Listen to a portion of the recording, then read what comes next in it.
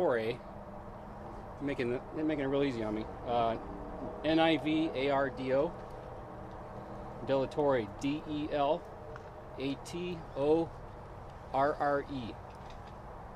And he lives in Portage. One more time.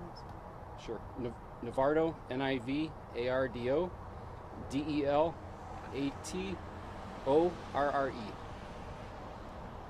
And he lives in Portage. And Mario Garcia, common spelling on both. He resides in Hobart, and he is Nivardo's father-in-law. So, you guys can come right over here. I might have you guys stand right here. Who wants to talk first? Whenever you guys are ready.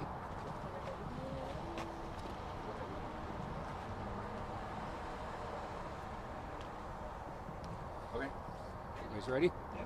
We have you saying spell your first and last name first. Sure. Sergeant Glenn Fifield, Glenn Fifield. Public Information Officer for the Lowell Post. Everybody's all set? Okay, at 3:45 this afternoon, the Porter County Dispatch Center in Porter County received a report of a crash that occurred on I-94 at the 19-mile marker. This is 1 mile east of the Portage exit. So what I can tell you right now is this is all preliminary, but right now two local fishermen were walking Salt Creek, scouting Salt Creek for potential fishing holes when they saw a vehicle partially in the creek and underneath the I-94 bridge that goes over Salt Creek. Out of curiosity, they decided to look into the vehicle, and they saw it was occupied by one male occupant. One of the Good Samaritans touched this occupant, thinking that this person was deceased, and they were not. The occupant turned their head and began speaking to our Good Samaritan. He relayed that he had crashed a couple of days ago, potentially last week, but he could not reach his cell phone to call for help. The individual is a male. He's in his late 20s. He was entrapped inside the vehicle. The Portage Fire Department, Burns Harbor Fire Department, they spent quite a bit of time extricating him from the vehicle. He has suffered some severe, potentially life-threatening injuries. He was flown to South Bend Memorial Hospital by Lutheran Air, and that's where he's receiving treatment at this moment. I don't have his identity. That's part of the investigation. Obviously, our first and main concern is getting him help, getting him to a hospital for treatment due to the nature of his injuries. And quite frankly, it's a miracle that he's alive. In this weather, we've been lucky enough here this Christmas season that our temperatures have been, as you all know, above normal. So that was working in this individual's favor. I know last year we had freezing cold, and we could have had very different circumstances. So with that, I'll introduce one of our Good Samaritans, Mario Garcia. And he'll be open to questions, or if you'd like to tell. So Mario, can you kind of walk us through, the two of you were together? Yes, we were. Tell us everything that happened. What did you see? Yeah, you both can stand next to them. Yeah, you can come over. Well, we decided today to go out and do a little scouting. The weather was good, and nobody normally fishes about this time, but we decided to go anyways. And we were getting to the fishing hole, and the truck was a little distance, but it was more like a mangled. You couldn't tell it was a truck or not, but it caught our curiosity. And I walked over there first, and he followed me, and we went up to it. And I looked inside and moved the white airbag, and there was a body in there. And I went to touch it, and he turned around, and that just it almost killed me there because it was kind of shocking. But he was alive, and he was very happy to see us. Like, he was really like, I'd never seen a relief like that. But he was really hurt and everything. And so right away we went into a mode of get up there, call somebody right away, and let's get somebody there. And we let them know that we'll get somebody there as quick as possible. Can you talk about how he described getting there, or how many days he thought he had been there? What details? Yeah, he mentioned he had been there since last Wednesday. So he's been there for a while. And he says he tried yelling and screaming, but nobody would hear him. It was just quiet, just the sound of the water. And there was nobody around. And I don't see any way somebody could have seen him. It was just a very fortunate that we've seen through the cracks of the woods the shiny of the wreck, and curiosity that took us over there, because then it could have been a different outcome if we either didn't go out or didn't see him. But I'm just glad we did. Mario, what did you do when you reached inside, moved that airbag, and that person moved? It was scary, but he had a jacket almost like mine, and all I seen was this part, the shoulder, and I went to touch the shoulder, and the moment I touched the shoulder, he swung around. He woke up. I mean, he was actually out for a little bit, and he woke up, and his eyes were just wide open, and he had some scratches on him, and that surprised me right away. Must have But been terrifying. it was. That scared me pretty much, because I thought we got somebody that lost his life here. Describe this individual. What did he say Yeah. to you? He said to me that he's been there for a long time, that he had almost lost all hope because nobody was there, and one more day and something could have been very different here. But he was a young guy, you know, and it looked like he was really fighting to be there, to stay around. He didn't want to go. So he made a big effort, and I hope he makes it well. You know, I hope the best for him. But yeah, both me and Nivy were there, and he went up right away up to the highway and made a phone call. It's almost impossible when you see how he got there. How do you do that? But that's where he ended up, and it was a sight to see. It was something else. He didn't mention anything on survival. There was no way he could move, so he had to survive just on just his youth. You know, he's in his late 20s. So, I mean, his youth has a lot to do with it, and God's help there, because I don't see no other way. His phone fell to the side; he couldn't reach it, and he was pinned very, very tight. Like they had a very hard time to get him out. Navarro, walk us through what your experience was like with all of this. So if you go down there, you guys are fishing, you notice the mangled truck there. Take us through what happened. I couldn't describe it. I mean, I looked down, I seen the truck. It didn't look like a truck. I just followed Mario's guide. He said, get on the phone. I seen the person inside, the occupant, and my first instinct was call, for help. So When you found out that he was alive, and you heard your father reacting to seeing that this man was alive, what was your reaction? well, I was more concerned for him because, like I said, he kind of, the shock of seeing that kind of got him as well. But I mean, it's just, well, we're glad we got him the help he needed. You guys called 911. Did you flag people down? What happened?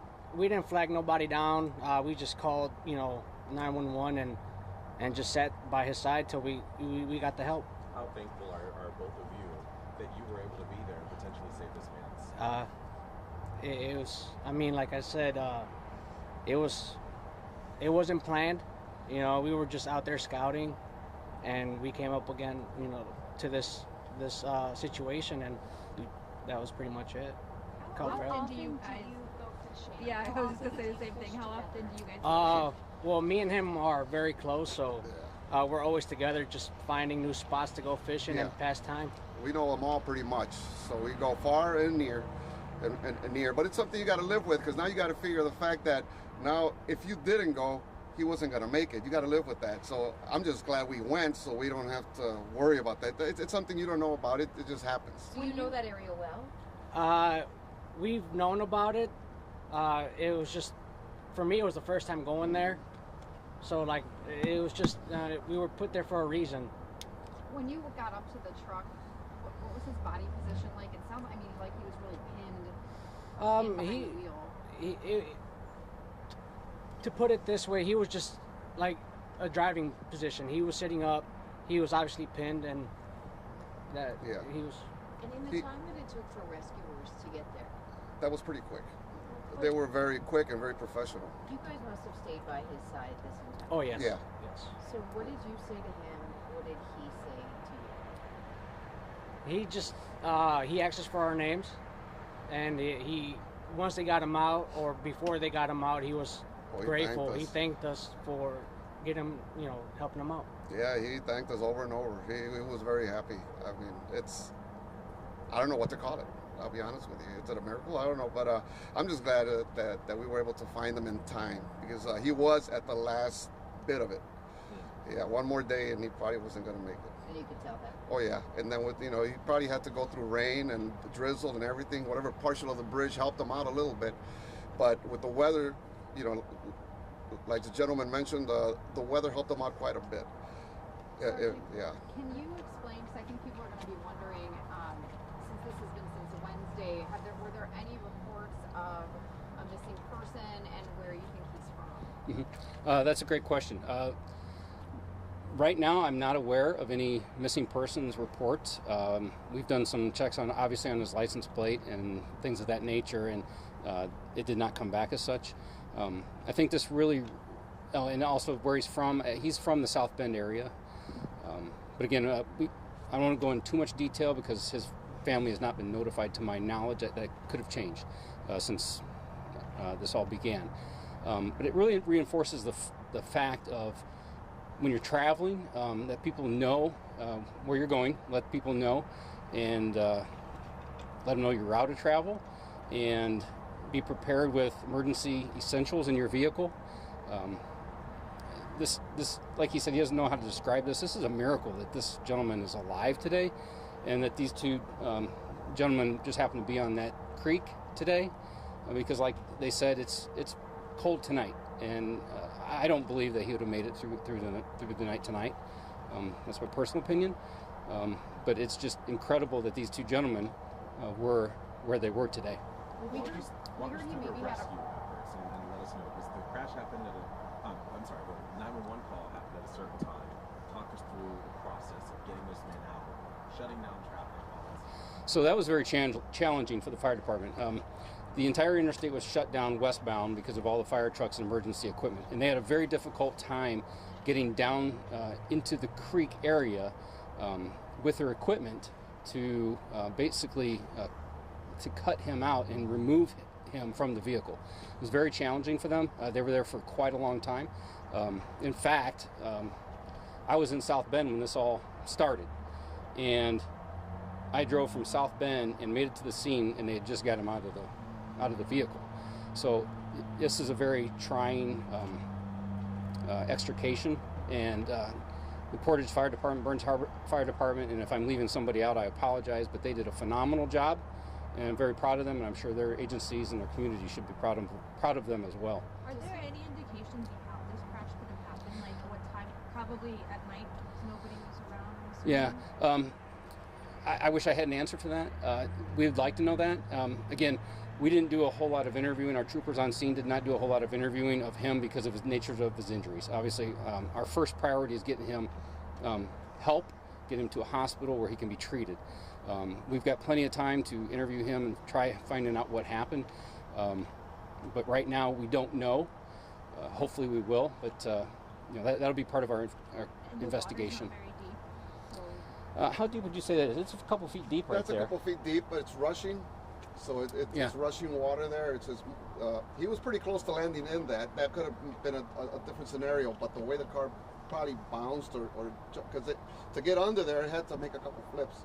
And it did make it in there. Did he tell you guys, or do you know? We heard he may have had a broken leg. Like, was he saying what hurt on him or injury? We didn't know exactly what was wrong with him, but he just mentioned he couldn't feel his extremities for a while. And his hand was broken. That I could see right away. At least that's what he said it was, and it appeared to be the hand. He was a little shaky, but not way out of control. He was keeping a composure. Yeah, I think he was more happy to see us. To see us, yeah, he was really focused on that. And like the gentleman mentioned, there's the terrain there is all boulders. It's a riprap, a lot of riprap, and to walk on that, it hurt me to see all the professionals doing their thing there because you couldn't even move. I was afraid one of them could get hurt there, but they made it. They did a good Really job. dangerous rescue. It was a rough rescue. It was rough conditions. Yeah. Mario, describe how did you even get up to him to talk to him if the car was so mangled?